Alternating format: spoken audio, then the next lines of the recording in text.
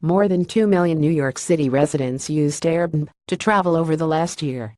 Their top destination, New York City.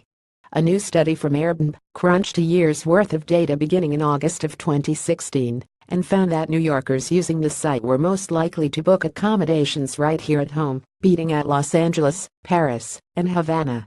The motivations behind the stays were not included in the report, which looked at the entire state, but city residents are likely using the service for mini getaways within the 5 boroughs or to plug gaps between apartment leases, a spokesman said. Whatever the reasons, Airbnb is using the data to bolster its argument that average New Yorkers benefit from the service and should be allowed greater leeway to rent out rooms and apartments on a short-term basis. It's time that New York follow the lead of other cities, states and nations in embracing home sharing, the report said. So far, the company's main argument has been that middle-class residents rent out rooms to make ends meet in an expensive city.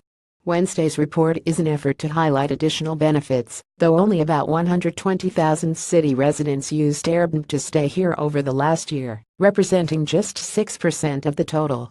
Airbnb is looking to turn the legislative tide in Albany by pushing a bill that would allow hosts to rent out their apartment for less than 30 days, an illegal but fairly common practice, provided they disclose additional information and pay taxes on the income. The legislation, sponsored by Assemblyman Joseph Lentil, has been stalled in an Albany committee since April. Opponents of the bill, and there are many, argue that home sharing takes apartments off of the market and contributes to high housing costs. With that in mind, Governor Andrew Cuomo signed a law in 2016 that upped the fines for illegal sublets.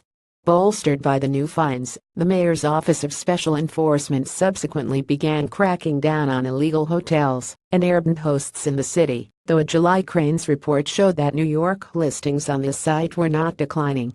How New Yorkers Use Airbnb to Travel by Peter D'Amato on Scribd.